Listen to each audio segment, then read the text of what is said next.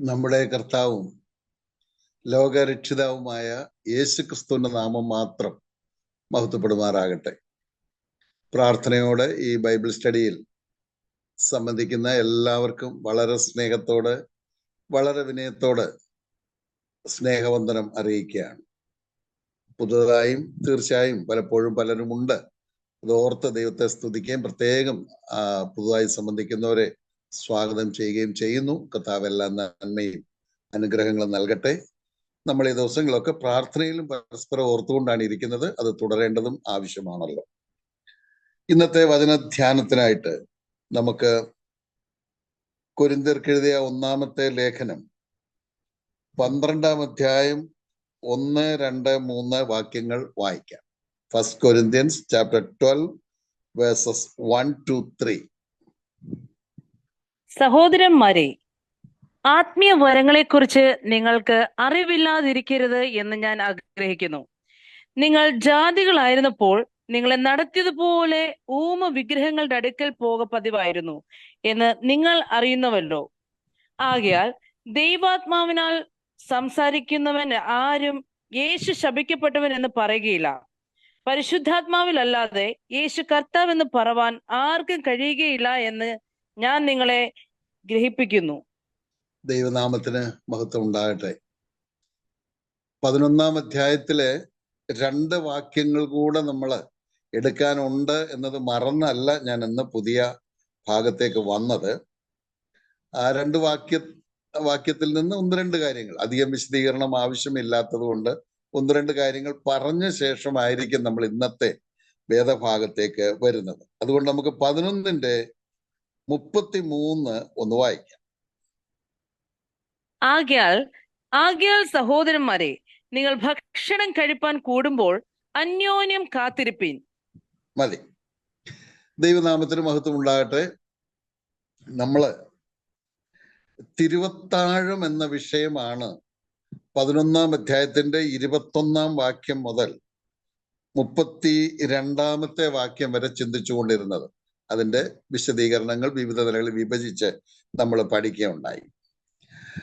കൊരിന്ത്യരോട് ഈ തിരുവത്താഴവുമായി ബന്ധപ്പെട്ട കാര്യം പ്രത്യേകമായി പറയാനുള്ള ഒരു കാര്യമുണ്ട്. അത് 11-ാം അധ്യായത്തിന്റെ 21-ാം വാക്യത്തിലാണ് രേഖപ്പെടുത്തിയിരിക്കുന്നത്. ആ വാക്യം കൂടെ നമുക്കൊന്ന് വായിക്കാം. ഭക്ഷണം കഴിക്കയിൽ ഓരോരുത്തൻ താൻ അത്താഴം മുമ്പേ കഴിക്കുന്നു. അങ്ങനെ ഒരുവൻ വിശന്നും മറ്റൊരുവൻ ലഹരി പിടിച്ചും ഇരിക്കുന്നു.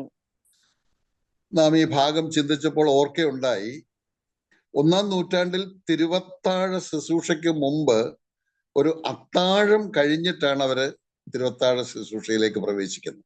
സ്നേഹവിരുന്ന് എന്നൊക്കെ പറയും. ഏറെ കൊണ്ടുവരാൻ കഴിയുന്നവർ ഏറെ കൊണ്ടുവരും, കുറച്ച് കൊണ്ടുവരാൻ കഴിയുന്നവർ കുറച്ച് കൊണ്ടുവരും, ഒട്ടും കൊണ്ടുവരാൻ കഴിവില്ലാത്തവരെ അങ്ങനെയും അവരെല്ലാവരും ഒരുമിച്ച് ഷെയർ ചെയ്ത് വളരെ സന്തോഷത്തോടെ, നല്ല കൂട്ടായ്മയുടെ അനുഭവത്തിൽ സംതൃപ്തിയോടെ ഭക്ഷണമൊക്കെ കഴിച്ച ശേഷമാണ് അവര് തിരുവത്താഴ ശുശ്രൂഷയിലേക്ക് പ്രവേശിക്കുന്നത്. എന്നാൽ തുടക്കത്തിൽ അത് മനോഹരമായി പോയെങ്കിലും പിൽക്കാലത്ത് പലരും ഏറെ കൊണ്ടുവരികയും കൊണ്ടുവന്ന ശേഷം ഒട്ടും കൊണ്ടുവരാൻ കഴിവില്ലാത്തവരെ കാത്തിരിക്കാതെ, അവരെ പരിഗണിക്കാതെ, അവരെ അവഗണിച്ചുകൊണ്ട് അവർ സ്വന്തമായി കൊണ്ടുവന്നത് അവർ തന്നെ കഴിച്ചു തീർക്കുന്ന ഒരു തെറ്റായ നടപടി അവരുടെ മധ്യേ ഉണ്ടായി. അതുകൊണ്ടാണ് പ്രത്യേകമായിട്ട് ഈ വിഷയം ഒരു പ്രാവശ്യം കൂടെ ദൈവത്തിന്റെ ആത്മാവ് കൊരിന്ത്യ ലേഖനത്തിലൂടെ പറയാനിടയായി തീർന്നത്. അവര് കൊണ്ടുവരുന്ന അവർ തന്നെ തിന്നെ, ഏറെ വൈൻ കുടിച്ച് വീഞ്ഞു കുടിച്ച് അവർ മത്തരായിരിക്കുന്നു. ചിലര് പാവങ്ങള് ഒന്നും കൊണ്ടുവരാൻ കഴിഞ്ഞില്ല, അവർ പട്ടിണിക്കിരിക്കുന്നു. അതിനുശേഷം തിരുവത്താഴ ശുശ്രൂഷ നടക്കുകയാണ്. അതിനകത്ത് ശരിയായിട്ട് സംബന്ധിക്കാൻ ദൈവം ആഗ്രഹിക്കുന്ന ഗൗരവത്തിലും മഹത്വത്തിലും അത് ചെയ്യാൻ കഴിയാത്തത് കുറ്റകരമാണ്, അത് ശിക്ഷാർഹമാണ് എന്ന് ഓർപ്പിക്കുകയാണ്. ആ ബന്ധത്തിലാണ് ഇവിടെ അവരോട് ഫൈനൽ എക്സോർട്ടേഷൻ എന്ന നിലയിൽ, ഫൈനലായിട്ടുള്ള ഒരു ഉപദേശം എന്ന നിലയിൽ പറയുകയാണ്, നിങ്ങളൊരു കാര്യം ചെയ്യണം. നിങ്ങളിങ്ങനെ ഭക്ഷണം കഴിക്കാൻ കൂടി വരുമ്പോൾ അന്യോന്യം കാത്തിരിക്കണം. ബുദ്ധിമുട്ടുള്ളവരുണ്ട്, ഭക്ഷണം കൊണ്ടുവരാൻ കഴിവില്ലാത്തവരുണ്ട്, ഞെരുക്കമുള്ളവരുണ്ട്, ദരിദ്രരായിട്ടുള്ളവരുണ്ട്. അവരെ ഓർക്കണം, അവരെ കരുതണം, അതിനുവേണ്ടി കാത്തിരിക്കണം എന്നാണ് നമ്മളിപ്പോൾ വായിച്ചത്. എന്നാൽ തിരുവത്താഴ ശുശ്രൂഷയുള്ള ബന്ധത്തിൽ കാത്തിരിക്കാനായിട്ട് പറയുന്നില്ല എന്നും ഓർക്കണം. എന്ന് പറഞ്ഞാൽ ഞാനത് അല്പം കൂടി ഒരു വാക്കിൽ വിശദീകരിക്കാം. നമ്മൾ 7 മണിക്കാണ് ഈ അത്താഴം കഴിക്കാനായിട്ട് കൂടി വരുന്നത് എന്ന് വിചാരിക്കുക. അത് കഴിഞ്ഞിട്ട് 9 മണിക്കാണ് തിരുവത്താഴ ശുശ്രൂഷ ആരംഭിക്കുന്നത്. അപ്പൊ 7 മണിക്കാണ് നമ്മൾ കൂടി വരുന്നത്, അത് അത്താഴം കഴിക്കാൻ. അതിന് നമ്മൾ കാത്തിരിക്കണം. അതിന് ഒരാൾക്ക് വരാൻ താമസിച്ചു, അദ്ദേഹത്തിന് പ്രയാസമുള്ള ആളാണ്, വാഹന സൗകര്യമില്ല, നമ്മൾ വെയിറ്റ് ചെയ്യണം. വെയിറ്റ് ചെയ്ത് അദ്ദേഹം കൂടെ വന്ന് ഒരുമിച്ചിരുന്ന് കഴിച്ച് അത് കഴിഞ്ഞിട്ട് ഒരുമിച്ചിരുന്ന് ആരാധിക്കുമ്പോൾ അത് എന്ത് സന്തോഷമായിരിക്കും. എന്നാൽ നമ്മുടെ ആരാധനാ യോഗങ്ങളൊക്കെ 10 മണിക്ക് വെച്ചാൽ അതിന് വേണ്ടിയിട്ട് കാത്തിരിക്കാനായിട്ട് നമുക്ക് പറ്റുകയില്ല. അതിന് കാത്തിരിക്കാൻ തുടങ്ങിയാൽ പലപ്പോഴും ആരാധനാ യോഗം നടക്കുകയില്ല.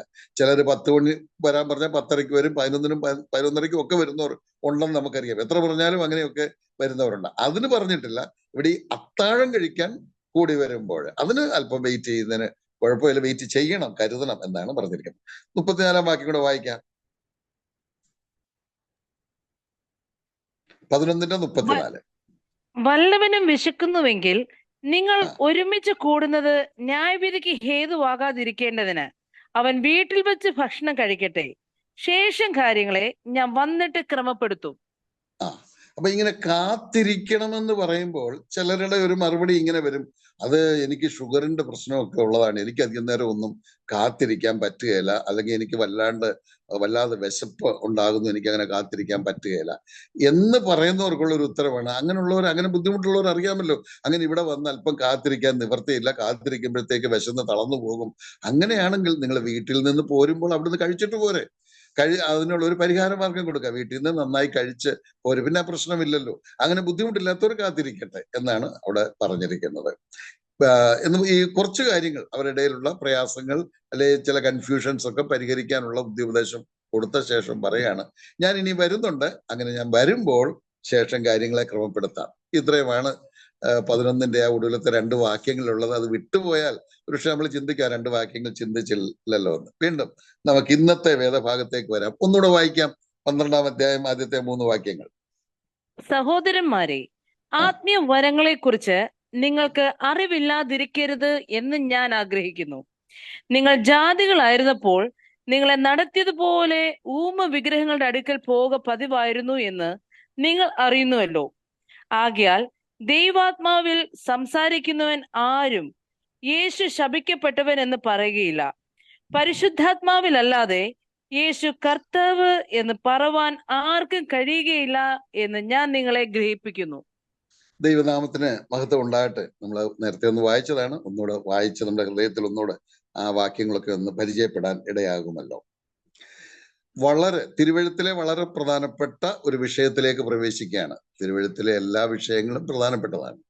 എന്നാൽ ഇവിടെ കൃപാവരങ്ങൾ അഥവാ ആത്മീക വരങ്ങൾ എന്നുള്ള ഒരു വളരെ പ്രധാനപ്പെട്ട വിഷയത്തിലേക്ക് പ്രവേശിക്കുകയാണ്. 12, 13, 14 ഈ 3 അധ്യായങ്ങൾ ഒരുമിച്ച് പഠിക്കേണ്ടത് ആവശ്യമാണ്. ഒരുമിച്ച് പഠിക്കുക എന്ന് പറഞ്ഞാൽ 12-ാം അധ്യായം പഠിക്കാൻ തുടങ്ങിയാൽ 14 വരെ നിരന്തരമായിട്ട് നമ്മൾ പഠിക്കുമ്പോൾ മാത്രമേ അത് പൂർണ്ണമായിട്ടും നമുക്ക് മനസ്സിലാകുകയുള്ളൂ.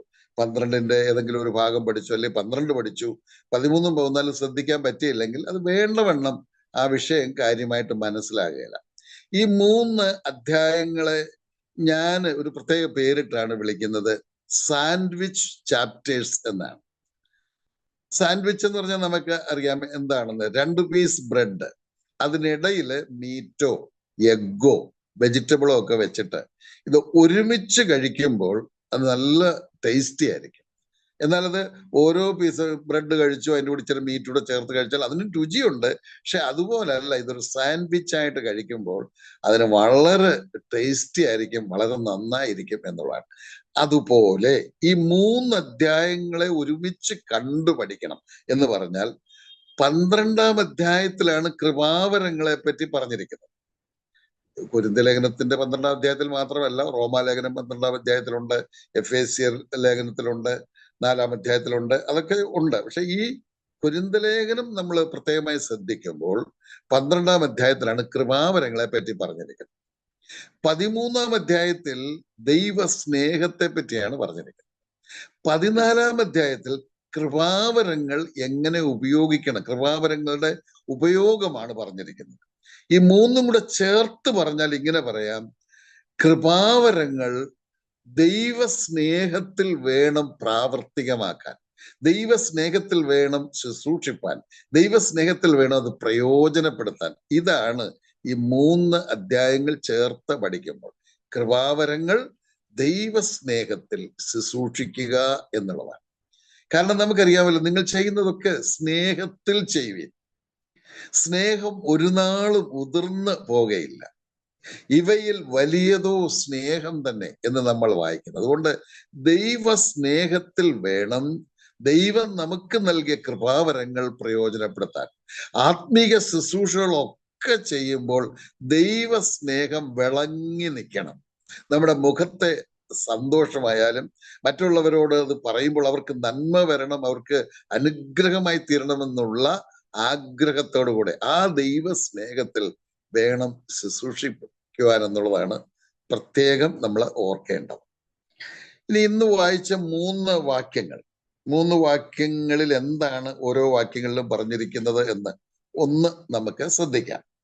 1-ാം വാക്യത്തിൽ പറഞ്ഞിരിക്കുന്നത് ആത്മീക വരങ്ങളെ പറ്റി വിശ്വാസികൾ, ദൈവമക്കൾ തീർച്ചയായും നന്നായി പഠിച്ചിരിക്കണം എന്നുള്ളതാണ്. അതാണ് 1-ാം വാക്യത്തിൽ പറയുന്നത്. 2-ാം വാക്യത്തിൽ പറയുന്നത് നമ്മൾ രക്ഷിക്കപ്പെടും മുമ്പ് നമ്മുടെ അവസ്ഥ എന്തായിരുന്നു, അല്ലെങ്കിൽ രക്ഷിക്കപ്പെടാത്തവരുടെ അവസ്ഥ എന്താണ് എന്നാണ് 2-ാം വാക്യത്തിൽ പറയുന്നത്. 3-ാം വാക്യത്തിൽ പറയുന്നത് രക്ഷിക്കപ്പെട്ടവരും രക്ഷിക്കപ്പെടാത്തവരും തമ്മിലുള്ള വ്യത്യാസമാണ്. രക്ഷിക്കപ്പെട്ടവരും രക്ഷിക്കപ്പെടാത്തവരും തമ്മിലുള്ള വ്യത്യാസമാണ് 3-ാം വാക്യത്തിൽ പറയുന്നത്. ഇനി നമുക്ക് ഓരോ വാക്യം അല്പമായിട്ട് വിശദീകരിച്ച് ചിന്തിക്കാം. 1-ാമത്തെ വാക്യം, സഹോദരന്മാരെ, ആത്മീക വരങ്ങളെ കുറിച്ച് നിങ്ങൾക്ക് അറിവില്ലാതിരിക്കരുത് എന്ന് ഞാൻ ആഗ്രഹിക്കുന്നു. നോക്കുക, സഹോദരന്മാരെ എന്ന് വിളിച്ചുകൊണ്ടാണ് തുടങ്ങുന്നത്. ഈ പുസ്തകത്തിൽ 11-ാമത്തെ പ്രാവശ്യമാണ് സഹോദരന്മാരെ എന്ന് അഭിസംബോധന ചെയ്തിരിക്കുന്നത്. ഏതാണ്ട് 20 പ്രാവശ്യം ഈ പുസ്തകത്തിൽ സഹോദരന്മാരെ എന്ന പ്രയോഗമുണ്ട്. അതിൽ 11-ാമത്തെയാണിത്.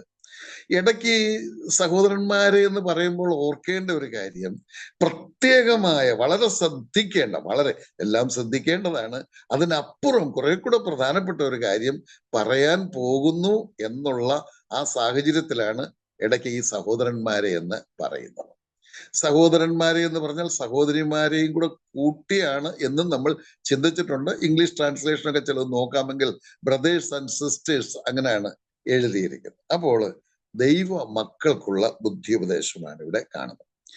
ഇവിടെ 1-ാമതായിട്ട് പറഞ്ഞിരിക്കുന്നത്, ആ വാക്യത്തിൽ പറയുന്നത്, നിങ്ങൾ അറിവില്ലാതിരിക്കരുത്, ആത്മീക വരങ്ങളെ കുറിച്ച് നിങ്ങൾ അറിവില്ലാതിരിക്കരുത്. ഡബിൾ നെഗറ്റീവ് ആണ് ഉപയോഗിച്ചിരിക്കുന്നത്. എന്ന് പറഞ്ഞാൽ അതിന്റെ ആശയം നിങ്ങൾ അറിവുള്ളവരായിരിക്കണമെന്ന് പറഞ്ഞാൽ മതി, പക്ഷെ അതിൻ്റെ ഒക്കെ എത്രയോ ഇരട്ടി പ്രാധാന്യവും ശക്തിയുമാണ് അറിവില്ലാതിരിക്കരുത് എന്ന് പറഞ്ഞാൽ അറിഞ്ഞേ പറ്റൂ എന്നുള്ളതാണ്. കൃപാവരങ്ങളെ പറ്റി വിശ്വാസികൾ, ദൈവമക്കൾ വളരെ നന്നായി പഠിച്ചിരിക്കണം. കാരണം അത് പഠിച്ചില്ലെങ്കിൽ ഒരുപാട് കൺഫ്യൂഷൻസ് ഉണ്ടാകാൻ സാധ്യതയുണ്ട്, നമ്മളെ ഒരുപാട് തെറ്റിദ്ധരിപ്പിക്കാൻ സാധ്യതയുണ്ട്. അതുകൊണ്ട് നമ്മൾ ഓരോരുത്തരും ആ വിഷയത്തിന് പ്രത്യേകമായ പ്രാധാന്യം നൽകേണ്ടതാണ്. ഒരുപക്ഷെ നമ്മളൊക്കെ ധരിക്കുന്നത് നമുക്കത് അറിയാം, കൃപാവരങ്ങളെ പറ്റിയൊക്കെ എനിക്കറിയാം എന്നായിരിക്കും. പക്ഷെ അത് അറിവുണ്ട്, ഇല്ലെന്നല്ല, പക്ഷെ അത് പോരാ. ഒരു ഡീപ്പ് നോളജ്, ഒരു നല്ല കാര്യമായ ഒരു അറിവ് ഉണ്ടായിരിക്കണം. നമുക്കറിയാം, ബൈബിൾ എന്ന് പറയുന്നത് പഠിക്കാനുള്ള പുസ്തകമാണ്. ഈ വിഷയം മാത്രമല്ല, ബൈബിൾ നമുക്ക് തന്നിരിക്കുന്നത് കേവലം വായിക്കാനായിട്ടല്ല, പകരം പഠിക്കാനായിട്ടാണ്. അപ്പൊ അതുകൊണ്ട് പ്രായോഗികമായ ചില കാര്യങ്ങളിലൂടെ നമ്മൾ ഓർക്കണമല്ലോ.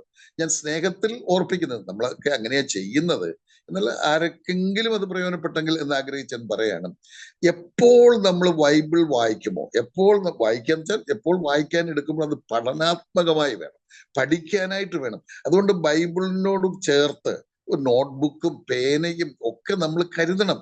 നമ്മളത് ധ്യാനിച്ച് വായിച്ചു വരുമ്പോൾ, ചിന്തിച്ചു വരുമ്പോൾ കിട്ടുന്ന ആശയങ്ങളൊക്കെ ഒന്ന് എഴുതിയിട്ടാൽ വളരെ നന്നായിരിക്കും. ദൈവത്തിന് ചില കാര്യങ്ങൾ നമ്മളോട് പറയാനുണ്ട്, അത് വചനത്തിലൂടെയാണ് പറയുന്നത്. അത് നമ്മൾ അതൊന്ന് നോട്ട് ചെയ്ത് വെക്കുന്നത് വളരെ നന്നായിരിക്കും. അതുകൊണ്ട് ബൈബിൾ ഒരിക്കലും ഒരു വായനയ്ക്കായിട്ട് വിടരുത്, പകരം പഠനാത്മകമായി വേണം എപ്പോൾ വായിക്കുന്നോ അപ്പോഴൊക്കെ വായിക്കുവാൻ. അത് മാത്രമല്ല, പ്രാർത്ഥനയോടെ വേണം ദൈവവചനം പഠിക്കാനായിട്ട്.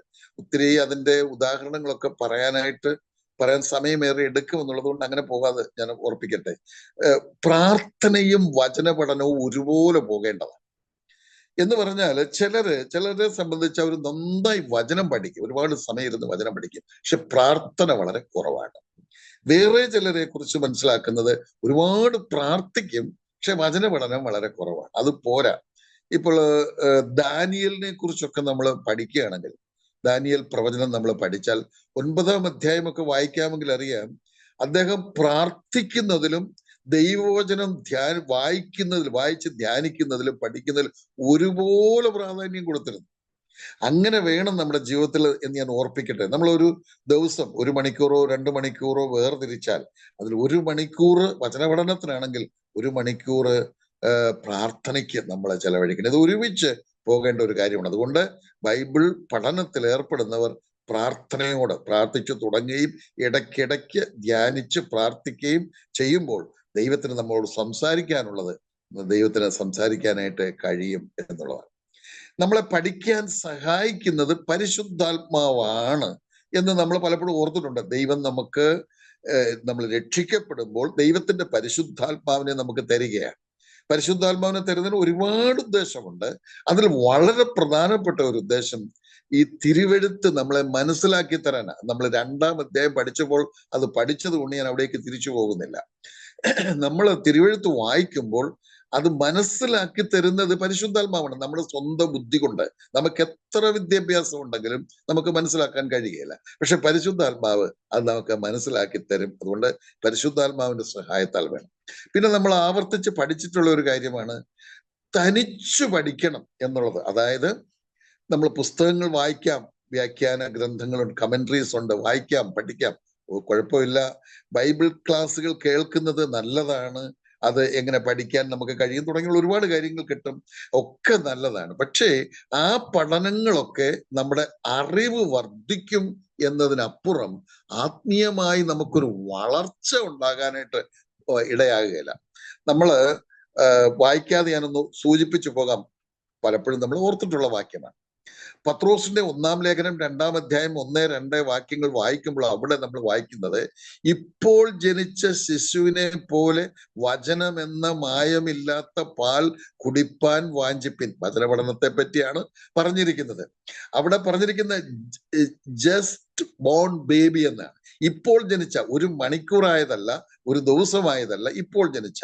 അത് ആ പറയുന്നതിന്റെ ഒരു പ്രധാനപ്പെട്ട ആശയം, ഇപ്പോൾ ജനിച്ച കുഞ്ഞ് അത് ഡയറക്റ്റ് ഫീഡിങ് ആണ്, തനിച്ചു കുടിക്കുകയാണ്, കുപ്പിയിലല്ല അത് കുടിക്കുന്നത്, നേരിട്ട് കുടിക്കുകയാണ്. ഇതുപോലെ സകല ദൈവമക്കളും, എല്ലാ വിശ്വാസികളും കർത്താവിൽ നിന്ന് നേരിട്ട് പഠിക്കണം. അത് സമയമേറെ വേണം, സമയം എടുക്കണം. അങ്ങനെ പഠിക്കുമ്പോൾ ദൈവം തരുന്ന പുതിയ അനുഗ്രഹീതമായ ചിന്തകൾ അത് നന്നായിരിക്കും എന്നുള്ളതാണ്. പിന്നെ ഒരാശയം കൂടെ ഞാനൊന്ന് പറഞ്ഞോട്ടെ.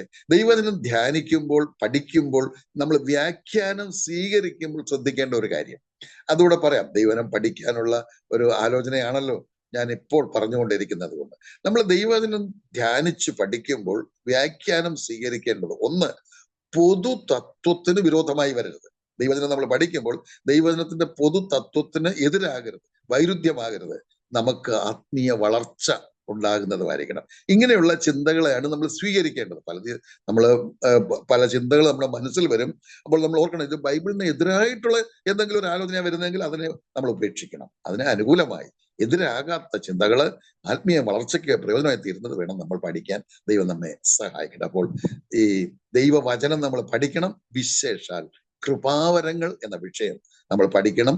ഈ 3 അധ്യായം പഠിക്കുമ്പോൾ കൃപാവരങ്ങളെ പറ്റി ഏകദേശം നമ്മൾ ചില കാര്യങ്ങൾ പഠിക്കുന്നതാണ്. ദൈവം വെച്ചാൽ അടുത്ത ആഴ്ച കൃപാവരങ്ങൾ എത്ര ബൈബിളിൽ നമ്മൾ കാണുന്നുണ്ട്, അതിന്റെ വിഭജനം എന്താണെന്നൊക്കെ നമുക്ക് അടുത്ത ആഴ്ച നോക്കാവുന്നതാണ്.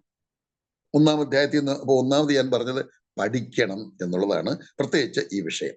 രണ്ടാമത് ഞാൻ പറയാൻ ആഗ്രഹിക്കുന്നത് ആത്മീക വരങ്ങളെ പറ്റി പഠിക്കണം എന്നാണ് ഇവിടെ പറഞ്ഞിരിക്കുന്നത്. ബൈബിള് മുഴുവൻ പഠിക്കണം. ഇവിടെ പറഞ്ഞിരിക്കുന്നത് ആത്മീക വരങ്ങൾ. എന്താണ് ഈ ആത്മീക വരങ്ങൾ എന്ന് പറഞ്ഞാല്? ആത്മീക വരങ്ങൾ എന്ന് പറഞ്ഞാൽ പ്രധാനമായും നമ്മൾ ഓർക്കേണ്ടത് പരിശുദ്ധാത്മാവിനാൽ നമുക്ക് നൽകുന്നത്.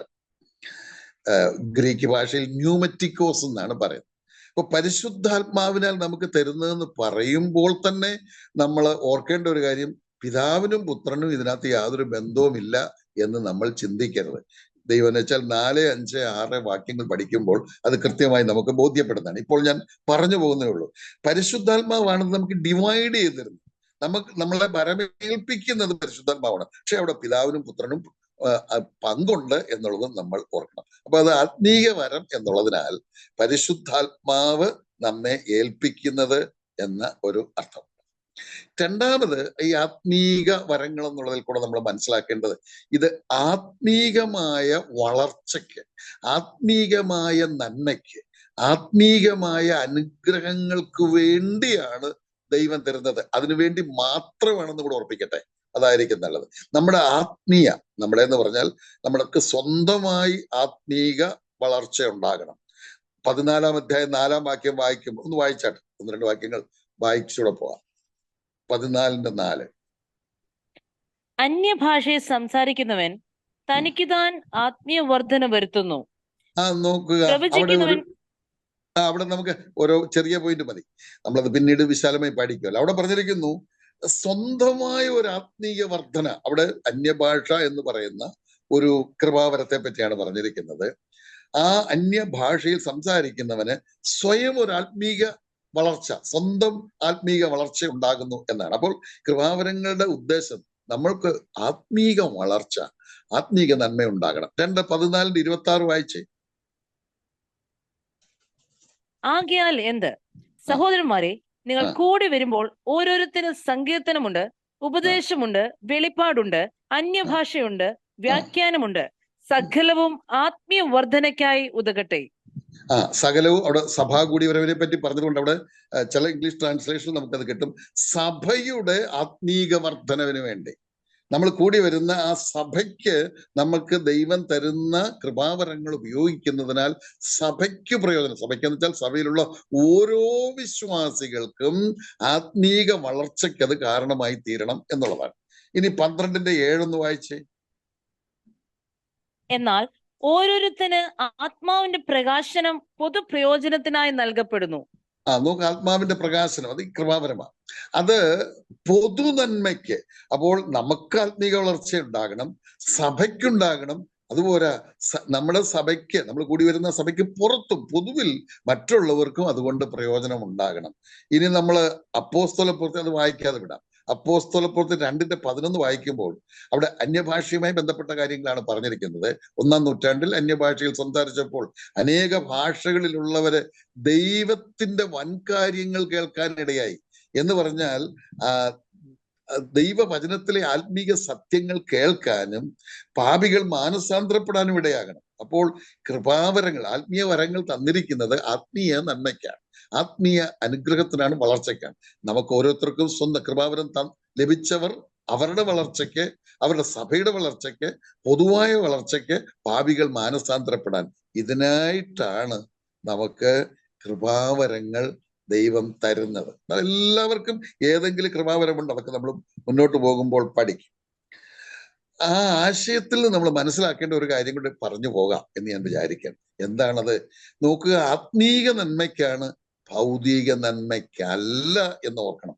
ആത്മീക നന്മയ്ക്ക് മാത്രമാണ് എന്ന് പറഞ്ഞാൽ ദൈവം തന്ന കൃപാവരം ഒരിക്കലും പണ സമ്പാദനത്തിനോ സമ്പാദനത്തിനോ നമ്മുടെ പ്രശസ്തിക്കോ ആയിട്ട് ഒരിക്കലും ഒരു കാരണവശാലും ഉപയോഗിക്കാൻ പാടില്ല. അത് ദൈവം തന്നത്, കൃപയാൽ തന്നതാണ്. നമ്മൾ അതൊന്നും ചിന്തിക്കാൻ പോകുന്നുണ്ട്. ദൈവം തന്നതാണ് സൗജന്യമായി, നമ്മുടെ യോഗ്യതയൊന്നും നോക്കിയല്ല. കാരണം ഈ കൃപാവരങ്ങൾക്ക് 4-ാം വാക്യം ഒന്ന് വായിച്ചേ, 12:4. എന്നാൽ കൃപാവരങ്ങളിൽ വ്യത്യാസമുണ്ട്, ആത്മാവ് ഒന്നത്രേ. അത്രയും മതി. കൃപാവരങ്ങളെന്ന്, ഈ ആത്മീക വരങ്ങൾക്ക് വേറൊരു പേരാണ് കൃപാവരങ്ങൾ. അങ്ങനെ പറയാൻ കാരണം അതിന് ഗ്രീക്ക് ഭാഷയിൽ കരിസ്മ എന്ന വാക്കാണ്. കൃപയാൽ തരുന്നതാണ്. നമ്മുടെ ഏതെങ്കിലും നന്മയോ അധ്വാനമോ പ്രവർത്തനമോ കൊണ്ട് ഒന്നുമല്ല. ദൈവം കൃപ തോന്നി തികച്ചും സൗജന്യമായി എന്ന് മാത്രമല്ല, അർഹതയില്ലാത്ത നമുക്കാ തരുന്നത്. നമ്മുടെ എന്തെങ്കിലും പ്രത്യേകിച്ച് യോഗ്യത കൊണ്ടൊന്നുമല്ല. ആ തരുന്നത് എനിക്ക് ദൈവമേ എനിക്കൊരു കൃപാവരം ദൈവം തന്നെങ്കിൽ അത് എനിക്കതിന് യോഗ്യതയില്ല, എനിക്കതിന് അർഹതയില്ല, ഞാനതിനു വേണ്ടി അധ്വാനിച്ചിട്ടില്ല, ഞാനതിനു വേണ്ടി ഒന്നും ചെയ്തിട്ടില്ല. ദൈവം കരുണ തോന്നി, ദൈവം കൃപ തോന്നി എനിക്ക് തന്നത് ഞാൻ ഭൗതിക നേട്ടത്തിന് വേണ്ടി, അതുകൊണ്ട് എനിക്കൊരു പേരുണ്ടാക്കാൻ, അതുകൊണ്ട് എനിക്കൊരു പ്രശസ്തി ഉണ്ടാക്കാൻ, അതുകൊണ്ട് എനിക്ക് പണം ഉണ്ടാക്കാൻ ഒരു കാരണവശാലും ഉപയോഗിക്കരുത് എന്ന കാര്യം കൂടെ നമ്മൾ ഓർക്കണം. അത് ആത്മീക വരം എന്നതിനാൽ ആ ആശയവും അവിടെ ഉണ്ട്. അപ്പോൾ പ്രധാനമായിട്ടും നമ്മൾ പഠിച്ചത് ദൈവവചനം നമ്മൾ പഠിക്കണം. വിശേഷാൽ കൃപാവരങ്ങൾ എന്നുള്ള സബ്ജക്റ്റ് പഠിക്കേണ്ടതാണ്. ഇത് ആത്മീക വരമാണ്, ആത്മീക നന്മയ്ക്ക് വേണ്ടിയുള്ളതാണ് എന്ന് നമുക്ക് ചിന്തിക്കാൻ കഴിഞ്ഞു. ദൈവം നമ്മെ സഹായിക്കട്ടെ. ഇനി നമുക്ക് രണ്ടാമത്തെ വാക്യം വായിക്കാം. നിങ്ങൾ ജാതികളായിരുന്നപ്പോൾ നിങ്ങളെ നടത്തിയതുപോലെ വിഗ്രഹങ്ങൾ നടത്തിയതുപോലെ, ഒന്നുകൂടെ വായിച്ചാട്ടെ, മുഴുവനായിട്ട് കേട്ടില്ല, ഒന്നുകൂടെ വായിക്കാം. നിങ്ങൾ ജാതികളായിരുന്നപ്പോൾ നിങ്ങളെ നടത്തിയതുപോലെ വിഗ്രഹങ്ങളുടെ അടുക്കൽ പതിവായിരുന്നു എന്ന് നിങ്ങൾ അറിയുന്നുവല്ലോ. മതി. ഞാൻ ഓർപ്പിക്കുകയുണ്ടായി, രക്ഷിക്കപ്പെടാത്തവരുടെ കാര്യമാണ് പറഞ്ഞിരിക്കുന്നത്. രക്ഷിക്കപ്പെട്ടവരും രക്ഷിക്കപ്പെടുന്നതിന് മുൻപ് അങ്ങനെ ആയിരുന്നു എന്ന് ഓർക്കണം. നമ്മൾ ഓരോരുത്തരും രക്ഷിക്കപ്പെടുന്നത് വരെ നമ്മുടെ അവസ്ഥ എന്തായിരുന്നു എന്നാണ് അവിടെ പറയുന്നത്. രക്ഷിക്കപ്പെടാത്തവരുടെ അവസ്ഥ എന്തായിരുന്നു എന്ന് കൂടെയാണ് അതിനകത്ത് നമ്മൾക്ക് മനസ്സിലാകുന്നത്. ഒന്ന്, അവിടെ പറഞ്ഞിരിക്കുന്നത് നിങ്ങൾ ജാതികൾ ആയിരുന്നപ്പോൾ. നമുക്ക് ആ വാക്യം ആദ്യം ഒന്ന് മനസ്സിലാക്കാൻ ശ്രമിക്കാം. നിങ്ങൾ ജാതികൾ ആയിരുന്നപ്പോൾ. എന്താണ് ഈ ജാതികൾ എന്ന് പറഞ്ഞാൽ എന്ന് നമുക്കറിയാം. അതായത് കൃപായുഗത്തിൽ ജാതികളെന്നും യഹൂദനെന്നും പറയുന്നതിന് പഴയ നിയമത്തിലെ ജാതികളും യഹൂദന്മാരും തമ്മിൽ വ്യത്യാസമുണ്ട് എന്ന് നമ്മൾ ഓർക്കണം. അത് നമുക്ക് അറിയാവുന്ന കാര്യമാണ്. എന്നാൽ ഇത് പറയുമ്പോൾ, പഠിച്ചു വരുമ്പോൾ അത് പറഞ്ഞല്ലേ പറ്റുള്ളൂ. നമ്മൾ പുതിയ നിയമ വിശ്വാസികൾ കൃപായുഗത്തിൽ ജീവിക്കുമ്പോൾ ജാതികൾ എന്ന് പറഞ്ഞാൽ രക്ഷിക്കപ്പെടാത്തവർ എന്നാണ് അർത്ഥം. രക്ഷിക്കപ്പെട്ടവർ ആത്മീയ അർത്ഥത്തിൽ യഹൂദന്മാരാണ്, ദൈവത്തിന്റെ ജനമാണ് എന്ന് നമുക്ക് കാണാനായിട്ട് കഴിയും. നമ്മൾ വാക്യങ്ങളെല്ലാം എടുക്കുന്നില്ല, വാക്യങ്ങൾ എടുക്കാൻ പോയാൽ പിന്നെയും സമയത്തിന്റെ ഏറെ വേണ്ടി വരുമല്ലോ. ഫിലിപ്പിയർ 3:3 നമ്മൾ വായിക്കുന്നുണ്ട്. പൗലോസ് അപ്പോസ്തലൻ പറയാണ്, നാമല്ലോ പരിച്ഛേദനക്കാർ, ദൈവത്തിന്റെ ആത്മാവ് കൊണ്ട് ആരാധിക്കുന്നവർ എന്ന് അതിനെ തുടർന്നുണ്ട്. നമ്മൾ ഈ ഒറ്റ ഭാഗം മാത്രം എടുക്കാം. ഫിലിപ്പിയർ 3:3 വായിക്കുന്നു, നാമല്ലോ പരിച്ഛേദനക്കാർ. പരിച്ഛേദനക്കാരെന്നുള്ളത് യഹൂദൻ എന്നുള്ള പദത്തിന് പകരം ഉപയോഗിക്കുന്ന വാക്കാണ് പരിച്ഛേദനക്കാർ. അപ്പൊ പൗലോസ് പറയാണ്, ഞാനും പൗലോസും നമ്മളെല്ലാം ഫിലിപ്പിയറിലുള്ള വിശ്വാസികളെല്ലാം കൂടെ ചേർത്ത് നമ്മൾ യഹൂദന്മാരാണെന്നാ പറയുന്നത്. എല്ലാവരും യഹൂദന്മാരാണോ? അല്ല. ആ സ്ഥലം സഭയിലെ യഹൂദന്മാരും ജാതീയമായി നോക്കിയാൽ യഹൂദന്മാരും യവനന്മാരും ദാസന്മാരും സ്വതന്ത്രന്മാരും ഒക്കെ കാണും. പക്ഷേ അവിടെ പറഞ്ഞത് നമ്മൾ യഹൂദന്മാരാ. യഹൂദൻ എന്നുള്ള വാക്കിന് ഇവിടുത്തെ ആശയം ദൈവജനം, ദൈവത്തിന്റെ സ്വന്തം ജനം എന്നാണ് അർത്ഥം. അപ്പൊ നോക്കുക, പുതിയ നിയമത്തിൽ യഹൂദൻ എന്ന് പറഞ്ഞാൽ രക്ഷിക്കപ്പെട്ടവരെന്നും ജാതികളെന്ന് പറഞ്ഞാൽ രക്ഷിക്കപ്പെടാത്തവരെന്നുമാണ്. നമ്മൾ ഈ വിഷയവും നമ്മൾ പലപ്പോഴും ആലോചിച്ചിട്ടുണ്ട്. പിന്നീട് വായിച്ചാൽ മതി. റോമർ 2:28 29 കൂടെ വായിക്കുമ്പോൾ ഇത് ക്ലിയർ ആകും. എല്ലാ വാക്യവും നമ്മൾ ഇപ്പൊ എടുക്കേണ്ട അത്യാവശ്യം വരുന്നില്ല, നമ്മൾ പലപ്പോഴും ഓർത്തിട്ടുള്ളതുമാണ്. ആ വാക്യം കൂടെ കാണുമ്പോൾ നമുക്കറിയാം. അപ്പോൾ കൃപായുഗത്തിൽ ജാതികൾ എന്ന് പറഞ്ഞാൽ രക്ഷിക്കപ്പെടാത്തവരാണ്. എന്നാൽ പഴയ നിയമത്തിലോ?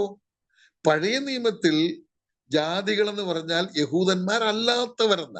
യഹൂദന്മാരുടെ വീടുകളിൽ അല്ലാതെ ജനിക്കുന്നവരൊക്കെ ജാതികളും യഹൂദ വീടുകളിൽ ജനിക്കുന്നവര് യഹൂദന്മാരുമാണ്.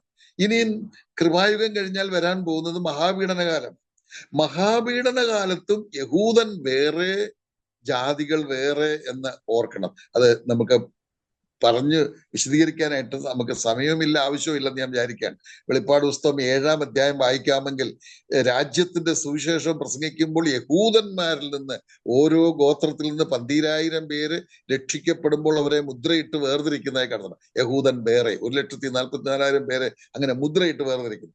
അല്ലാതെ ജാതികളിൽ നിന്ന് ധാരാളം പേര് രക്ഷിക്കപ്പെടുന്നതായിട്ട് 7-ാം അധ്യായത്തിന്റെ 9-ാം വാക്യം മുതൽ നമ്മൾ കാണുന്നുണ്ട്. അപ്പോൾ മഹാപീഡന കാലത്തും യഹൂദൻ വേറെ, അതുപോലെ ജാതികൾ വേറെ. ഇനിയും മഹാപീഡന കാലം കഴിഞ്ഞാൽ അടുത്ത് വരുന്ന 1000 ആണ്ട് വാഴ്ചയാണ്. 1000 ആണ്ട് വാഴ്ചയിലും യഹൂദനും യവനനും വേറെ, യഹൂദനും ജാതികളും വേറെ വേറെയാ. 1000 ആണ്ട് വാഴ്ചയിൽ യഹൂദന്മാരെ ഭരിക്കുന്നത് യേശുക്രിസ്തുവിന്റെ കീഴിലാണ്.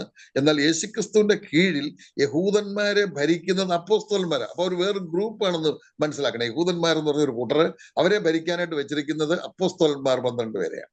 എന്നാൽ യഹൂദന്മാരല്ലാത്തവരെ ഭരിക്കുന്നത് നമ്മളും കർത്താവിനോട് ചേർന്ന് വിശ്വാസികളായ നമ്മളും കൂടെയാണ്. എടുക്കപ്പെട്ട വിശ്വാസികൾ എല്ലാവരും അല്ല, അതൊക്കെ നമ്മൾ ചിന്തിച്ചിട്ടുണ്ട്.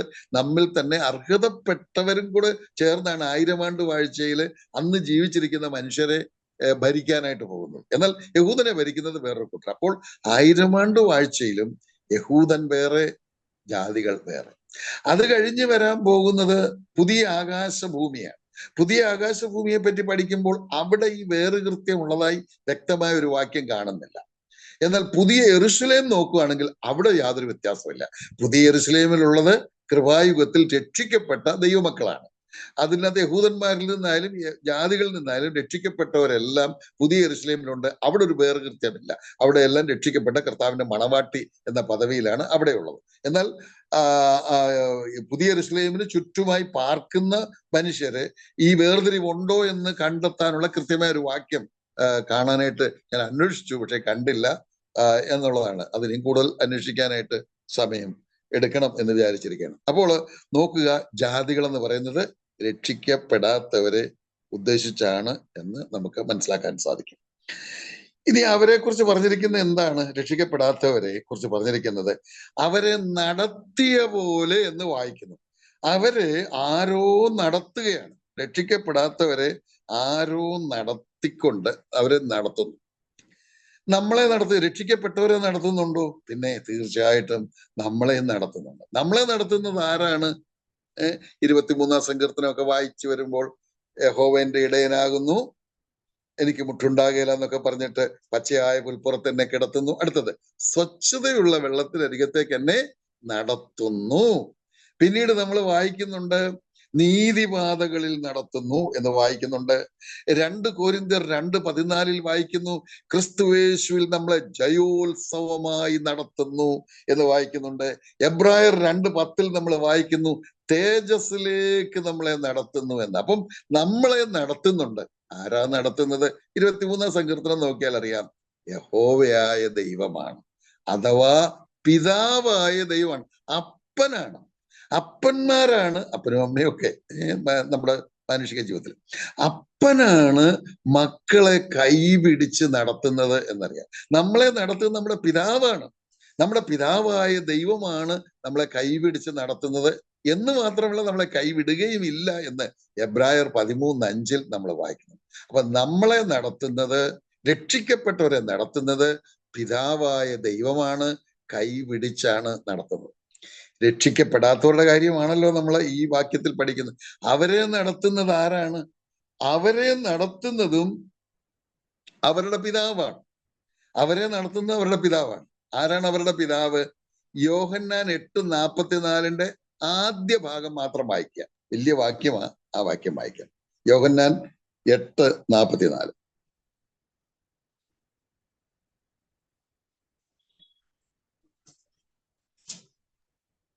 യോഹന്നാൻ 8:44.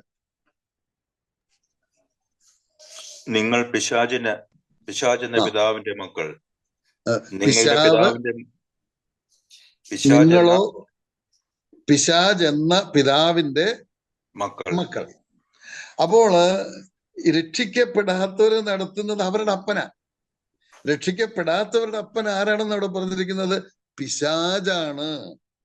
അപ്പോൾ രക്ഷിക്കപ്പെട്ട നമ്മളെ പിതാവായ ദൈവം കൈപിടിച്ചു നടത്തുമ്പോൾ രക്ഷിക്കപ്പെടാത്തവരെ കൈപിടിച്ച് നടത്തുന്നത് ആരാണ്? അത് പിശാചാണ് കൈപിടിച്ച് നടത്തുന്നത്. നിങ്ങളെ നടത്തിയതുപോലെ എന്ന് വായിക്കുന്നു. അത് അവരെ നടത്തിയത് പിശാചാണ്. എങ്ങോട്ടാ നടത്തിയതെന്നൂടെ പറയുന്നുണ്ട്. ഊമ വിഗ്രഹങ്ങളുടെ അടുത്തേക്ക്. 2 കാര്യങ്ങൾ അവിടെ നിന്ന് നമുക്ക് ഓർക്കാനുണ്ട്. ഊമ വിഗ്രഹങ്ങളുടെ ആ പ്രയോഗത്തിന്റെ അർത്ഥം ഒരു പ്രയോജനവും ഇല്ലാത്ത ഇടത്തേക്ക്, വലിയ പ്രയോജനങ്ങളൊക്കെ വാഗ്ദാനം ചെയ്തുകൊണ്ടായിരിക്കും അങ്ങോട്ട് നടത്തുന്നത്. പക്ഷെ അതെപ്പോഴും അങ്ങനെയാണ്. വലിയ ആനുകൂല്യങ്ങളൊക്കെ പ്രഖ്യാപിക്കും, വലിയ പാരിതോഷികങ്ങളൊക്കെ പ്രഖ്യാപിച്ചുകൊണ്ടാണ് അങ്ങോട്ട് നടത്തുന്നത്. പക്ഷേ ഒരു പ്രയോജനവും ഇല്ലാത്ത ഒരാശയം. രണ്ടാമത്, നമ്മോട് എന്തെങ്കിലും ഒരു വാക്ക് സംസാരിക്കാത്ത, നമുക്കറിയാം സത്യ ദൈവം എപ്പോഴും നമ്മളോട് സംസാരിക്കുന്ന ദൈവമാണ്. ദൈവവചനത്തിലൂടെ സംസാരിക്കും. അതുമാത്രമല്ല, നമ്മൾ പ്രാർത്ഥനയിൽ കർത്താവിന്റെ പാദത്തിൽ ഇരിക്കുമ്പോൾ നേരിട്ട് നമ്മുടെ ഹൃദയത്തോട് സംസാരിക്കുന്ന ദൈവമാണ്. ഇന്നും നമ്മളോട് സംസാരിക്കുന്ന ദൈവമാണ്. നമ്മളത് ഓർക്കണം. കൃപയാൽ രക്ഷിക്കപ്പെടാൻ ഇടയായത് മുഖാന്തരം നമുക്ക് പ്രയോജനമുള്ള ഒരു ഒരു ഒരു ദൈവമാണ് നമുക്കുള്ളത്. നമുക്ക് വിവിധ നിലകളിൽ അനുഗ്രഹം തരുന്ന ദൈവമാണ്. അതോടൊപ്പം നമ്മോട് സംസാരിക്കുന്ന, നമ്മോട് ഇടപെടുന്ന ഒരു ദൈവമാണ് നമ്മുടെ ദൈവം. അതേസമയം ഈ പിശാചെന്ന അപ്പൻ ഈ രക്ഷിക്കപ്പെടാത്തവരെ നടത്തുന്ന പ്രയോജനമില്ലാത്ത ഇടത്തേക്കാണ്, സംസാരിക്കാൻ ഒരു വാക്കുപോലും ഉരിയാടുകയോ ഒരു ആലോചന കൊടുക്കാനോ കഴിയാത്ത ഇടത്തേക്കാണ് എന്നുള്ളതാണ്. എന്ന് മാത്രമല്ല, അവിടുത്തെ വേറൊരു പ്രയോഗം, അത് ബഹുവചനത്തിലാണ് ആ പദം ഉപയോഗിച്ചിരിക്കുന്നത്. വിഗ്രഹങ്ങളുടെ എന്ന്. ഒരു സ്ഥലത്തേക്കല്ല, ഇന്നൊരിടത്തേക്ക്, നാളെ മറ്റൊരിടത്തേക്ക്, അടുത്ത് മറ്റൊരിടത്തേക്ക്, പല സ്ഥലങ്ങളിലേക്ക് കൊണ്ടുപോകുന്നു എന്നുള്ളത്. എന്ന് പറഞ്ഞാല് ഞാൻ അത് ചിന്തിച്ചപ്പോൾ ബിസി ആക്കി വെക്കുകയാണ് അവരെ. അവർ സത്യദൈവത്തിങ്കിലേക്ക് അവരുടെ ശ്രദ്ധ പോകാതിരിക്കത്തക്കവണ്ണം, അവർ അതിനുള്ള കാത് കൊടുക്കാതിരിക്കത്തക്കവണ്ണം അവരെ ഓൾവേസ് എപ്പോഴും ബിസി ആക്കി വെക്കുകയാണ്. അതൊരു കാര്യം. പിന്നെ ഒരു കാര്യം കൂടെ പറഞ്ഞിട്ടുണ്ട്, പതിവായെന്നൊരു വാക്കുണ്ട് അവിടെ. അവിടെ വായിക്കുന്നുണ്ട്, അടുക്കൽ പോക പതിവായിരുന്നു. ഇതൊരിക്കലല്ല, ഇതിങ്ങനെ ഒരു പ്രയോജനവുമില്ലെങ്കിൽ ഇത് നിരന്തരം അങ്ങ് ആവർത്തിച്ചുകൊണ്ടിരിക്കുകയാണ്. പല കാര്യങ്ങളും അങ്ങനെയാണ്. പലര് ചെയ്യുന്ന പാരമ്പര്യമായി, പിതൃപാരമ്പര്യമായി, ട്രഡീഷണൽ ആയിട്ടുള്ള പല കാര്യങ്ങൾ ചെയ്യുന്നത് കാണുമ്പോൾ അവരോട് ചോദിക്കുമ്പോൾ വ്യക്തമായ ഒരു ഉത്തരമില്ല.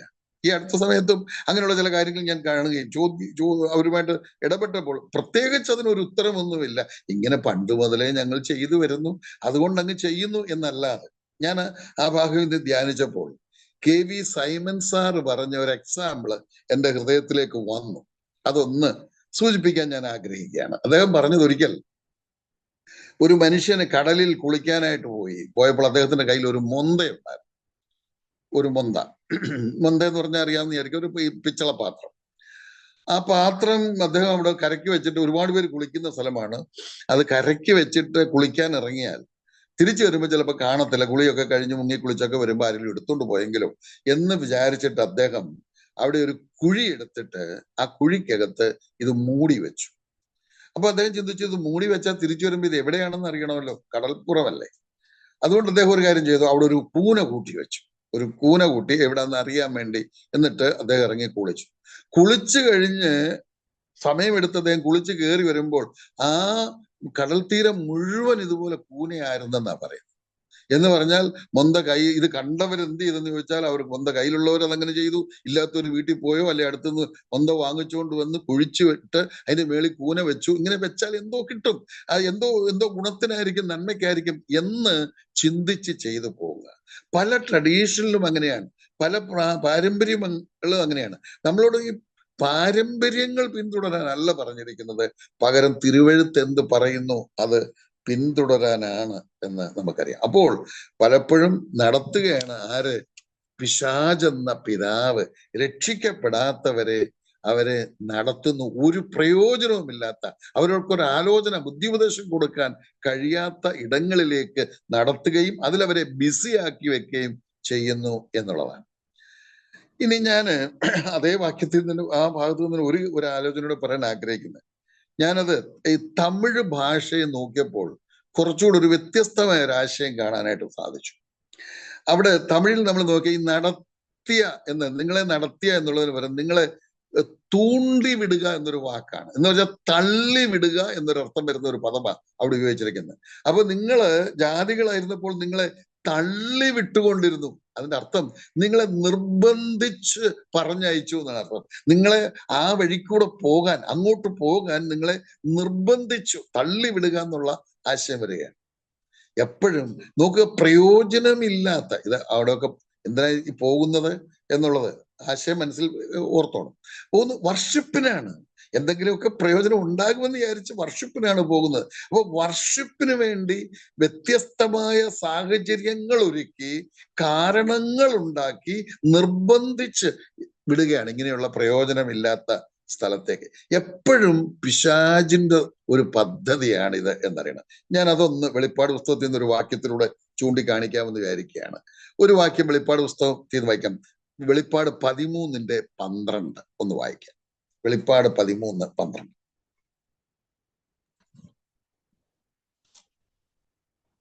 അത് ഒന്നാമത്തെ വായിച്ചു. അത് തന്നെയാ.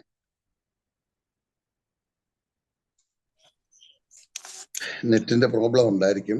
അത് ഒന്നാമത്തെ മൃഗത്തിന്റെ മുമ്പാകെ അതിന്റെ അധികാരം എല്ലാം നടത്തി. മൃഗത്തിന്റെ മുമ്പാകെ അതിന്റെ അധികാരമെല്ലാം നടത്തി ഭൂമിയെയും അതിൽ വസിക്കുന്നവരെയും മരണകരമായ മുറിവ് പുറത്തു പോയ ഒന്നാം മൃഗത്തെ നമസ്കരിക്കുമാറാക്കുന്നു.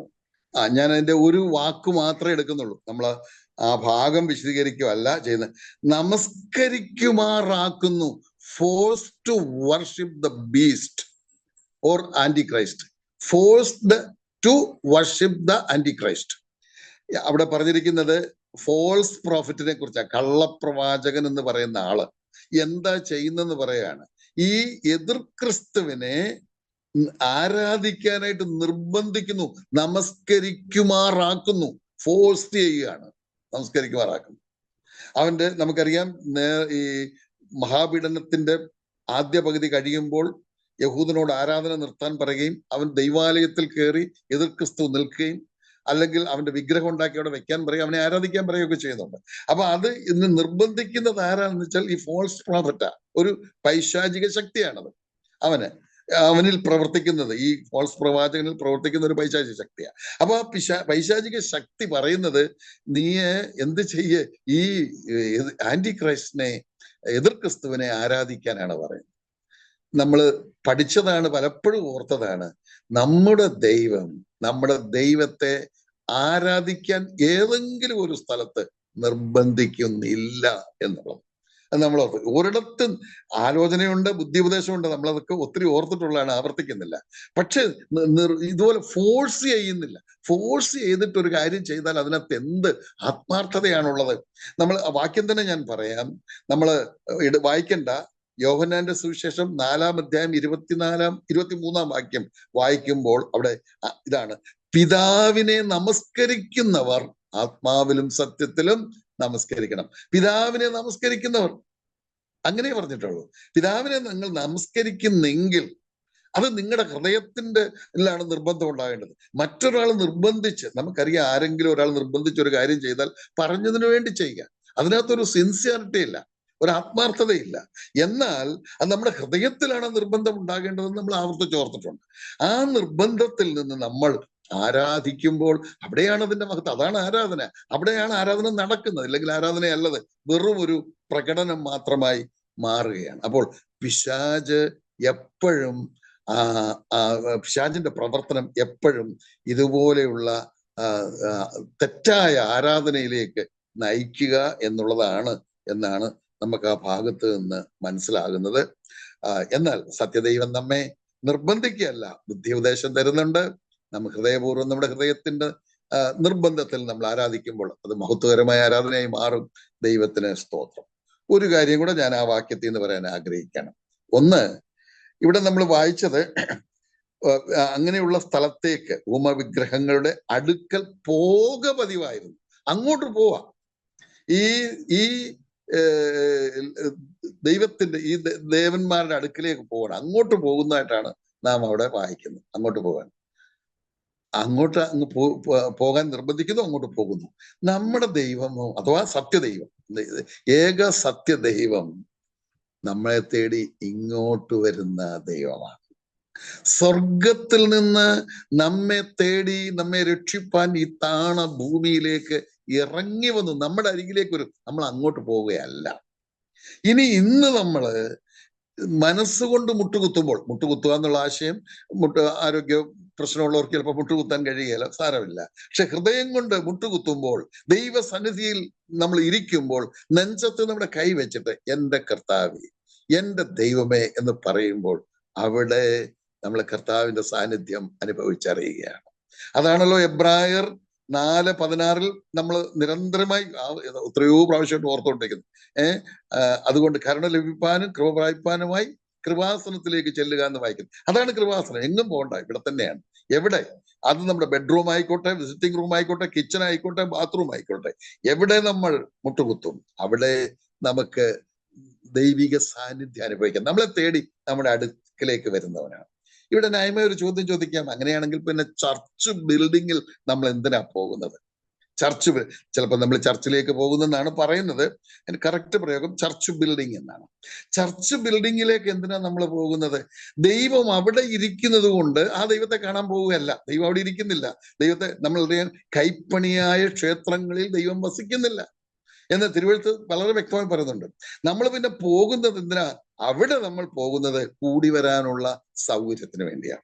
അനേക പ്രിയപ്പെട്ടവർക്ക് ഒരുമിച്ച് കൂടാനുള്ള ഒരു സംവിധാനം, ഒരു സൗകര്യം ലഭിക്കേണ്ടതിനായിട്ടാണ് നമ്മൾ അവിടേക്ക് പോകുന്നത്. അല്ലാതെ അവിടെ ദൈവം ഇരിക്കുന്നുണ്ട് അവിടെ ചെന്ന് ആ ദൈവത്തെ കാണാനോ ആരാധിക്കാനോ അല്ല. എന്നാൽ അവിടെ നമ്മൾ കൂടി വരുമ്പോൾ കർത്താവ് തന്റെ വാഗ്ദത്തം അനുസരിച്ച് നമ്മുടെ നടുവിലേക്ക് വരുന്നു എന്നുള്ളതാണ്. ആ ദൈവവുമായിട്ട് അടുത്തിടപെടുവാൻ, ഇടപെടുവാൻ, നമുക്ക് നമ്മുടെ കാര്യങ്ങൾ പറയുവാൻ, നമ്മളോട് പറയുവാൻ ഒക്കെയുള്ള അവസരമായിട്ടത് മാറുകയാണ് ചെയ്യുന്നത്. ദൈവത്തിന് സ്തോത്രം. അപ്പോൾ രക്ഷിക്കപ്പെടാത്ത അവസ്ഥയില് എന്താ ചെയ്തുകൊണ്ടിരുന്നത് എന്ന് നമുക്കറിയാം.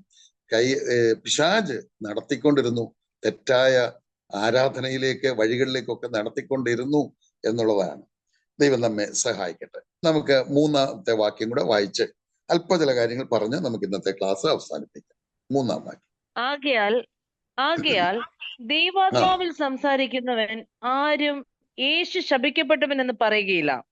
പരിശുദ്ധാത്മാവിൽ അല്ലാതെ യേശു കർത്താവ് എന്ന് പറയുവാൻ ആർക്കും കഴിയുകയില്ല എന്ന് ഞാൻ നിങ്ങളെ ഗ്രഹിപ്പിക്കുന്നു. നമ്മൾ ഓർക്കുകയുണ്ടായി, ഈ 3-ാം വാക്യത്തിൽ 2 കാര്യങ്ങളാണ് പറഞ്ഞിരിക്കുന്നത്. ഒന്ന്, രക്ഷിക്കപ്പെട്ടവരും രക്ഷിക്കപ്പെടാത്തവരും തമ്മിലുള്ള ഒരു വ്യത്യാസമാണ് പറഞ്ഞിരിക്കുന്നത്. ആദ്യം നമുക്ക് രക്ഷിക്കപ്പെട്ടവരുടെ കാര്യം നോക്കാം. രക്ഷിക്കപ്പെടാത്തവരുടെ കാര്യമാണ് വാക്യത്തിൽ ആദ്യം പറഞ്ഞേക്കുന്നത്. പക്ഷെ നമുക്ക് പഠിക്കാനുള്ള സൗകര്യം ആദ്യം നമ്മൾ രക്ഷിക്കപ്പെട്ടവരുടെ കാര്യം ചിന്തിക്കുന്നതാണ്. രക്ഷിക്കപ്പെട്ടവരെ കുറിച്ച് എന്താ നമ്മൾ അവിടെ വായിക്കുന്നത്? അവര് യേശു കർത്താവെന്ന് പറയുകയാണ് ചെയ്തത്. യേശു കർത്താവ്. നമുക്കറിയാം നമ്മൾ എങ്ങനെയാ രക്ഷിക്കപ്പെടുന്നത് എന്നുള്ളത്. രക്ഷിക്കപ്പെടുന്നതിന് പല വാക്യങ്ങൾ ഷോർട്ടായിട്ടുണ്ട്. പക്ഷെ കൃത്യമായി വിശാലമായി വിശദീകരിച്ച് പറഞ്ഞിരിക്കുന്ന വാക്യം റോമർ 10:9. കാണാതറിയാവുന്നത് കൊണ്ട്, നമുക്കെല്ലാം അറിയാവുന്നത് കൊണ്ട് അത് വായിക്കേണ്ട ആവശ്യമില്ല. അവിടെ നമ്മൾ വായിക്കുന്നത് ഇങ്ങനെയാണ്: യേശുവിനെ കർത്താവെന്ന് വായ്കൊണ്ട് ഏറ്റുപറയുകയും ദൈവം അവനെ മരിച്ചവരിൽ നിന്ന് ഉയർത്തെഴുന്നേൽപ്പിച്ചു എന്ന് ഹൃദയം കൊണ്ട് വിശ്വസിക്കുകയും ചെയ്താൽ നീ രക്ഷിക്കപ്പെടും എന്നാണ്. അപ്പൊ നമ്മൾ രക്ഷിക്കപ്പെടുമ്പോൾ ഇതൊക്കെ നമ്മൾ ചിന്തിച്ചിട്ടുള്ളതാണ്, ഒന്നും പുതിയതല്ല. രക്ഷിക്കപ്പെടുമ്പോൾ യേശുക്രിസ്തു എന്റെ പാപത്തിന്റെ പരിഹാരത്തിന് വേണ്ടി മരിച്ചു, അടക്കപ്പെട്ടു, ഉയർത്തെഴുന്നേറ്റു, അത് വിശ്വസിക്കുകയും അപ്പോൾ തന്നെ ഒരു ഉടമ്പടി ചെയ്യുന്നു. യേശു എനിക്ക് വേണ്ടി മരിച്ചടക്കപ്പെട്ടു ഉയർത്തെഴുന്നേറ്റ ഈ യേശു ഈ നിമിഷം മുതൽ എന്റെ കർത്താവ്, എന്റെ ഉടമസ്ഥൻ, എന്റെ അധികാരി, താൻ എന്ത് പറയുന്നു അതനുസരിക്കാൻ ഞാൻ ബാധ്യസ്ഥൻ. ഇതാണ് നമുക്ക് ആ ഭാഗത്ത് കാണാനായിട്ട്. ഇങ്ങനെയാണ് നമ്മൾ രക്ഷിക്കപ്പെടുന്നത്. യേശു കർത്താവ്. ഇത് എങ്ങനെ സാധിക്കുന്നതാണ്? ഇത് നമ്മുടെ കഴിവ് കൊണ്ടൊന്നും അല്ല നമുക്ക് ഇങ്ങനെ വിശ്വസിക്കാനും യേശുവിനെ കർത്താവായി സ്വീകരിക്കാനും കഴിയുന്നത്. അത് പരിശുദ്ധാത്മാവിന്റെ സഹായമാണ്. ഞാൻ നേരത്തെ ഓർപ്പിച്ചിട്ടുള്ള ഒരു കാര്യം ഒന്നുകൂടെ ഞാൻ ഓർപ്പിക്കുകയാണ്. അതായത് നമ്മോടൊരാൾ സുവിശേഷം പറഞ്ഞാൽ അവര് പറയുന്ന സുവിശേഷം നമ്മുടെ കാതുകളിലേക്കാ വരുന്നത്. ആ കാതുകൾ വരെ കൊണ്ടുവരാനേ ആ ശബ്ദത്തിന് കഴിയുകയുള്ളൂ. അതിനപ്പുറത്തൊന്നും ചെയ്യാൻ ആ ശബ്ദത്തിന് കഴിയുകയില്ല. ആ കാതുകളിൽ എത്തുന്ന സുവിശേഷം, ദൈവത്തിന്റെ വചനം, ദൈവ സ്നേഹത്തിന്റെ സന്ദേശം നമ്മുടെ ഹൃദയങ്ങളിലേക്ക് എത്തിക്കുന്നത് പരിശുദ്ധാത്മാവാണ്. ഹൃദയത്തിന്റെ കാതുകളിലേക്ക് എത്തിക്കുന്നത് ദൈവത്തിന്റെ പരിശുദ്ധാത്മാവാണ്. ദൈവത്തിന്റെ പരിശുദ്ധാത്മാവിന് മാത്രമേ അത് നമ്മുടെ ഹൃദയത്തിന്റെ കാതുകളിലേക്ക് എത്തിക്കാൻ കഴിയുള്ളൂ. നമ്മുടെ ഹൃദയം എന്ന് പറഞ്ഞാൽ അകത്തെ മനുഷ്യനാണ്. ആ അകത്തെ മനുഷ്യന്റെ കാതുകളിൽ എത്തിക്കുമ്പോൾ സ്വീകരിക്കാനും തിരസ്കരിക്കാനുമുള്ള സ്വാതന്ത്ര്യം ദൈവം നൽകിയാണ് മനുഷ്യനെ സൃഷ്ടിച്ചിരിക്കുന്നത്. അത് സ്വീകരിച്ചാൽ, അങ്ങനെ ഹൃദയത്തിലേക്ക് കൊണ്ടുവന്നു, ഇത് സത്യമാണെന്ന് പരിശുദ്ധാത്മാവ് ബോധിപ്പിക്കുമ്പോൾ, അംഗീകരിക്കുമ്പോൾ, യേശുവിനെ കർത്താവെന്ന് പറഞ്ഞ് സ്വീകരിക്കുമ്പോൾ നമ്മൾ രക്ഷിക്കപ്പെടുന്നു, ദൈവമകനായി തീരുന്നു, ദൈവമകളായി തീരുന്നു എന്നുള്ളതാണ്. അപ്പോൾ അപ്പൊ അങ്ങനെയാണ് നമ്മൾ ദൈവ പൈതലാകുന്നത്, രക്ഷിക്കപ്പെടുന്നത്, യേശുവിനെ കർത്താവായി സ്വീകരിക്കുമ്പോൾ. തുടർന്ന് നമ്മൾ എന്താ കാണുന്നത്?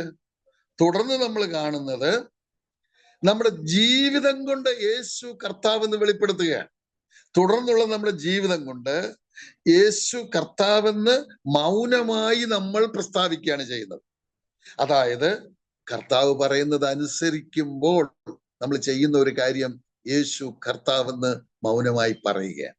അതിന് നമ്മെ സഹായിക്കുന്നതും പരിശുദ്ധാത്മാവാണ്.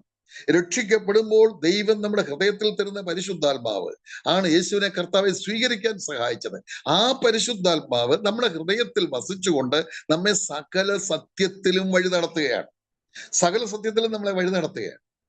ആ വഴി നടത്തുമ്പോൾ കർത്താവ് പറഞ്ഞത് അനുസരിച്ച് ആ വഴി നടത്തുന്ന സത്യത്തിൽ അഥവാ വചനാനുസരണം നമ്മളെ വഴി നടത്തുകയാണ്. കർത്താവ് എന്ത് പറഞ്ഞോ അത് ചെയ്യുകയാണ്. അത് ചെയ്യുമ്പോൾ നമ്മൾ അങ്ങനെ കർത്താവ് പറഞ്ഞത് നമ്മൾ ചെയ്യുമ്പോൾ ആ പ്രവൃത്തിയിലൂടെ മൗനമായി നമ്മൾ ചെയ്യുന്നത് യേശു കർത്താവ് എന്ന് പറയുകയാണ്. ഇത് ദൈവത്തിന്റെ പരിശുദ്ധാത്മാവിനാലാണ്. എന്നാൽ മറുവശം രക്ഷിക്കപ്പെടാത്തവരുടെ കാര്യമോ? രക്ഷിക്കപ്പെടാത്തവരുടെ കാര്യം എന്താന്ന് ചോദിച്ചാൽ, അവരുടെ ഉള്ളിൽ ദൈവാത്മാവ് ഇല്ല, അവരുടെ ഉള്ളിൽ പരിശുദ്ധാത്മാവില്ല. പരിശുദ്ധാത്മാവില്ലാത്തവരുടെ ഉള്ളിൽ അശുദ്ധാത്മാവുണ്ട് എന്നും കൂടെ നമ്മൾ ഓർക്കണം. ഒന്നുകിൽ ദൈവാത്മാവ് അല്ലെങ്കിൽ അശുദ്ധാത്മാവ്, ഇത് രണ്ടിൽ ഏതെങ്കിലും ഒന്നുണ്ട്. പരിശുദ്ധാത്മാവ് ഇല്ലാത്ത ഇവരെ രക്ഷിക്കപ്പെട്ടിട്ടില്ല. അതുകൊണ്ട് തന്നെ അവരുടെ ഉള്ളിൽ അശുദ്ധാത്മാവാണ് ഉള്ളത്. ഈ അശുദ്ധാത്മാവ് നമ്മൾ ഓർക്കണം, എപ്പോഴും യേശുക്രിസ്തുവിനെതിരാണ്. അശുദ്ധാത്മാവ് എപ്പോഴും യേശുക്രിസ്തുവിന് എതിരായി സംസാരിച്ചുകൊണ്ടിരിക്കും. യേശുക്രിസ്തുവിനെ കുറിച്ച് ദോഷം പറഞ്ഞുകൊണ്ടിരിക്കും. ക്രിസ്തുവിനെ കുറിച്ച് അപവാദം പറഞ്ഞുകൊണ്ടിരിക്കും. ഇവിടെ പറഞ്ഞിരിക്കുന്നത് ശപിക്കപ്പെട്ടവൻ എന്ന് പറയുന്നു എന്നാണ്. ആ ഭാഗം ഏറെ ചിന്തിക്കുവാൻ, അല്പം കൂടെ ഒക്കെ ചിന്തിക്കുവാൻ ആവശ്യമുണ്ട്. അതായത് നോക്കുക, കൊരിന്ത് സഭയിൽ നിന്ന് ഉള്ള ചോദ്യങ്ങൾക്കുള്ള മറുപടിയാണിത്. ആ ചോദ്യങ്ങൾക്കുള്ള മറുപടി, ഇങ്ങനെ ഒരു ചോദ്യം വരണമെങ്കിൽ യേശു ശപിക്കപ്പെട്ടവനെന്ന് പുറത്തുള്ള ഒരാൾ പറയുന്ന കാര്യം എഴുതി ചോദിക്കേണ്ട കാര്യമില്ല. സഭയ്ക്കുള്ളിൽ തന്നെ ചിലര് യേശു ശപിക്കപ്പെട്ടവനെന്ന് പറയുന്നു എന്ന് വേണം മനസ്സിലാക്കാൻ. അയ്യോ, അങ്ങനെ പറയുമോ എന്ന് നമ്മൾ ചിന്തിക്കാം. ഈ ശപിക്കപ്പെട്ടവനെന്ന് പറയാനുള്ള ആശയത്തിലേക്ക് ഞാൻ വരാം. ഓക്കെ, അപ്പൊ എന്താ നമ്മൾ അവിടെ കാണുന്നത്? ദൈവത്തിന്റെ ആത്മാവില്ലാത്തവന്റെ ഉള്ളിൽ അശുദ്ധാത്മാവ് അഥവാ പിശാചിന്റെ ആത്മാവാണുള്ളത്. ആ പിശാച് യേശുക്രിസ്തുവിന് എതിരായി ദോഷമായി സംസാരിക്കും. ഈ ശപിക്കപ്പെട്ടവെന്നുള്ളതിന്റെ ഒരാവശ്യമത, യേശുക്രിസ്തുവിന് എതിരായി സംസാരിക്കുന്നു, യേശുക്രിസ്തുവിനെ അംഗീകരിക്കുന്നില്ല, യേശുക്രിസ്തുവിനെതിരെ ദോഷം പറയുന്നു, യേശുക്രിസ്തുവിനെ കുറിച്ച് അപവാദം പറയുന്നു, തുടങ്ങിയുള്ള കാര്യങ്ങളാണ്. അപ്പൊ അതൊക്കെ ചെയ്യുമോ സഭയ്ക്കകത്തുള്ളവർ എന്ന് ചോദിച്ചാൽ, സഭയ്ക്കകത്തെന്ന് ഞാൻ പറയുമ്പോൾ സഭാ കൂടിവരവുകളിൽ നമ്മൾ ചിന്തിച്ചിട്ടുണ്ട്, രക്ഷിക്കപ്പെടാത്തവർ ഉണ്ട്. അവർ സ്നാനപ്പെട്ടിട്ടുണ്ട്, അവർ കർത്തൃമേശയിൽ പങ്കെടുക്കുന്നുണ്ട്, അവർ സജീവമായ കാര്യങ്ങളൊക്കെ പങ്കെടുക്കുന്നുണ്ട്. രക്ഷിക്കപ്പെടാത്തവരാണ്. അവരുടെ ഉള്ളിൽ പരിശുദ്ധാത്മാവില്ല, അവരുടെ ഉള്ളിൽ അശുദ്ധാത്മാവാണ്. അവരതുകൊണ്ട് തന്നെ കർത്താവിനെതിരായി സംസാരിക്കുന്ന, ദോഷമായി സംസാരിക്കുന്നവരാണ് എന്നുള്ളതാണ്. ഇത് അത്ഭുതപ്പെട്ടു പോകാം നമ്മളൊക്കെ ചിലപ്പോൾ. എന്നാൽ അങ്ങനെയുള്ളവരുണ്ട് എന്ന് എനിക്ക് നേരിട്ട് അറിയാം. ഞാൻ അങ്ങനെയുള്ളവരുമായിട്ട് സംസാരിച്ചിട്ടുണ്ട്. കർത്താവിന് എതിരായി എന്ന് പറഞ്ഞാൽ മാത്രം പോരാ, ആ വാക്കുകൾ ഒന്നും പറയാൻ ഞാൻ ഇവിടെ ഉദ്ദേശിക്കുന്നത്. അത്ര നീചമായി യേശുക്രിസ്തുവിനെ കുറിച്ച് പറയുന്ന, സ്നാനപ്പെട്ട കർത്തൃമേശയിൽ പങ്കെടുക്കുന്നവരെ ഞാൻ നേരിട്ട് കണ്ടിട്ടുണ്ട്. അപ്പൊ അങ്ങനെയുള്ളവരുണ്ടെന്ന് ഓർക്കണം, രക്ഷിക്കപ്പെടാത്തവരായിട്ട്, അവരുടെ അശുദ്ധാത്മാവാണ്. ഇനി ഞാൻ അവസാനിപ്പിക്കട്ടെ. എന്താണ് ഇതിന്റെ കാരണം? ഈ ശപിക്കപ്പെട്ടവനെന്ന് പറയുന്നു എന്ന് വിചാരിക്കുക, അങ്ങനെ ചിലർ പറയുന്നുണ്ടാവും. അല്ലെങ്കിൽ പിന്നെ അത്രയും ക്ലിയർ ആയിട്ട് പറയണ്ടല്ലോ. ഞാൻ ഒരു വാക്യം സൂചിപ്പിക്കുകയാണ് വേഗം. ഗലാത്യ ലേഖനം 3:12 വേഗം എടുത്തൊന്ന് വായിക്കാമോ? ഗലാത്യർ 3:12.